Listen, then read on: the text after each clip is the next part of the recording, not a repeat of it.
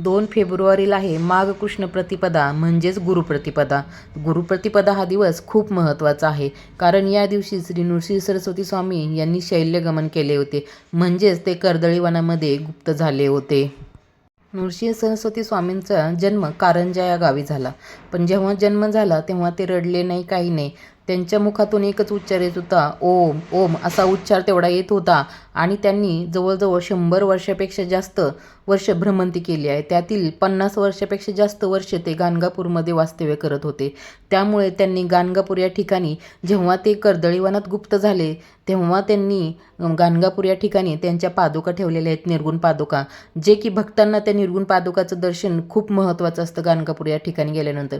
पहा, गाणगापूर या ठिकाणी गेल्यानंतर कोणाला कितीही म्हणजे शारीरिक पीडा असो किंवा मानसिक पीडा असो, गाणगापूरमध्ये गेल्यानंतर त्यांची सर्व पीडा दूर होते. कारण त्यांना आपण गेल्यानंतर बघतो जेव्हा आरती होते 12ची, त्या आरतीच्या वेळेस कितीतरी अशी ज्यांना त्रास आहे, मानसिक आहे, शारीरिक आहे, ते लोक तिथं म्हणजे एका दिवसात तर नाही होणार, पण भरपूर दिवस तिथं ते वास्तव्य करतात. पण आरतीच्या वेळेस त्यांच्या अंगामध्ये एकदम काय होतं माहीत नाही, पण ते हळूहळू जी पीडा आहे ती बाहेर पडते आणि त्यांना गुण येतो, परत ते नॉर्मल होतात, पूर्वीप्रमाणे होतात. तर गाणगापूर या ठिकाणी गेल्यानंतर खूप लोकांना फरक पडतो. त्यामुळे तिथं गेल्यानंतर निर्गुण पादुकाचं दर्शन घेणं हे खूप महत्त्वाचं आहे. आणि तिथं गेल्यानंतर आपण मूर्तीच्या समोरच पाहतो, तिथं निर्गुण पादुका ठेवलेल्या आहेत, जे नृसिंह सरस्वती स्वामींच्या आहेत. ते दर्शन घेणं खूप महत्त्वाचं आहे. आणि ते म्हणजे एखाद्याला होतं म्हणजे जो तिथं जाऊ शकतो तो पुण्यवानच म्हणायचं. तर आपल्याला गुरुप्रतिपदा कशी साजरी करायची आहे? जर आपल्याकडे नृसिंह सरस्वती स्वामींची मूर्ती असेल, फोटो असेल, किंवा मग दत्त महाराजांची मूर्ती असेल किंवा स्वामी महाराजांची मूर्ती असेल, आता यातली एक तरी मूर्ती प्रत्येकाकडे असेलच, तर आपल्याला अभिषेक करायचा आहे. अभिषेक करताना आपल्याला श्रीसूक्ताचं पठण करायचं आहे. नंतर आपण फुलं अर्पण करायचे आहेत, गंध अर्पण करायचा आहे, माळ वगैरे अर्पण करायची आहे. आणि नैवेद्य काय दाखवायचं, तर आपण नैवेद्यासाठी 6 नैवेद्य या दिवशी बनवले जातात. छोट्या छोट्या चाणक्या करायच्या आहेत, त्या 6 करायच्या आहेत. आणि वरण भात आणि घेवड्याच्या शेंगाची भाजी, जो आपण गुरुचरित्र पारायण करतो तेव्हा हा नैवेद्य दाखवतो, तर तोच नैवेद्य बनवायचा आहे आपल्याला. आणि तो 6 छोट्या छोट्या चाणक्या, आणि त्या 6च्या म्हणजे एकावर एक असे 6 नैवेद्य, म्हणजे जवळजवळ 12 चाणक्या आपल्याला करून, म्हणजे पुरी टाईप छोट्या छोट्या. आणि त्याच्यावरती वरण भात आणि घेवड्याची शेंग भाजी, आणि गोडमध्ये शिरा करू शकता किंवा दुसरं काही गोड करू शकता. पण आपल्याला त्या दिवशी संध्याकाळी किंवा सकाळी पण आपण बेसन लाडूचा नैवेद्य हे दाखवायचाच आहे आपल्याला. कारण हा नैवेद्य एक झाला आणि बेसन लाडूचा नैवेद्य एक दुसरा दाखवायचा आहे, तो तसाच ठेवायचा आहे. दुसऱ्या दिवशी आपण तो ग्रहण करायचा आहे. आणि हा पहिला नैवेद्य जो आहे वरण भात भाजी पोळी, तो आपण थोडा वेळ ठेवून आपण खाऊ शकता किंवा गाईला चारू शकता. पण जो लाडूचा नैवेद्य आहे तो नंतर झाकून ठेवा, नैवेद्य स्वामींसमोर ठेवल्यानंतर. आणि तो झाकलेला नैवेद्य तुम्ही दुसऱ्या दिवशी खाऊ शकता लाडवाचा. तो की खूप महत्त्व आहे बेसन लाडूच्या. तुम्ही घरी बनवा, 2च बनवले तरी चालतील, जे फक्त नैवेद्याला लागतात तेवढे. तर हा नैवेद्य नक्की आवर्जून दाखवा, तो खूप प्रिय नैवेद्य आहे. या दिवशी ह्या नैवेद्याचं खूप मान आहे. आता मेन राहतं तर आपल्याला सेवा करायची असते. तर या दिवशी सकाळपासून म्हणजे सकाळी पहाटेपासून ते दुपारी 4 वाजेच्या अगोदर आपल्याला गुरुचरित्र या ग्रंथातील 51वा आणि 52वा अध्यायाचं पठण करायचं आहे.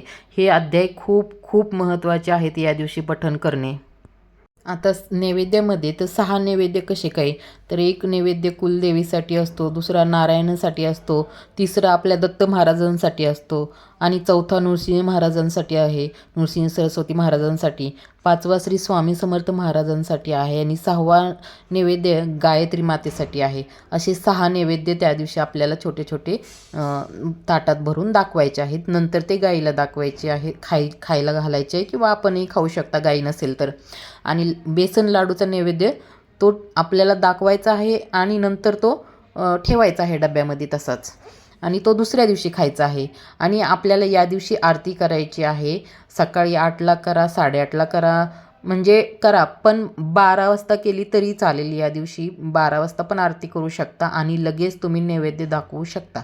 कारण ती वेळ असते ती बघा, त्यावेळेस दत्त महाराज 12 ते 12:30 यावेळेस दत्त महाराज भिक्षा मागण्यासाठी जात असतात. त्यावेळेस आपण पूजा करत नाही. मग आपण त्यावेळेस नैवेद्य दाखवणं खूप महत्त्वाचं आहे. आपण 12 ते 12:30 या वेळेत नैवेद्य दाखवला तर खूप छान भेटणार आहे आपल्याला त्याचं फळ. त्यामुळे 12 ते 12:30 या वेळेत तुम्ही नैवेद्य दाखवू शकता.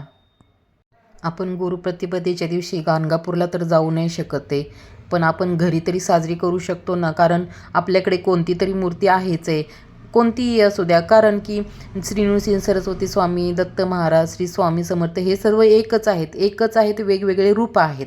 त्यामुळे आपण जी आपल्या घरामध्ये मूर्ती असेल तिची पूजा करून आपण सेवा करू शकतो आणि अशा प्रकारे आपण आपल्या घरच्या घरी गुरुप्रतिपदा साजरी करू शकतो. बघा दत्त महाराजांनी किती किती आपल्याला प्रभावी, म्हणजे खूप ह्याच्या गोष्टीमध्ये आपल्याला त्यांचा आशीर्वाद भेटतो आणि कितीही मोठी अडचण असेल, कुठलंही दुःख असेल तर ते बरोबर दूर करण्याचं काम दत्त महाराज करत असतात.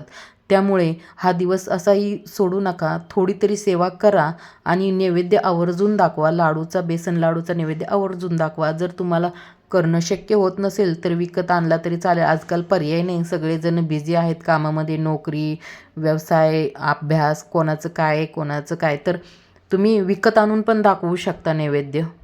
तर अशा प्रकारे गुरुप्रतिपदा घरच्या घरी साजरी करा आणि गुरूंचा आशीर्वाद कायमचा आपल्या पाठीशी असावा यासाठी प्रार्थना करा. धन्यवाद.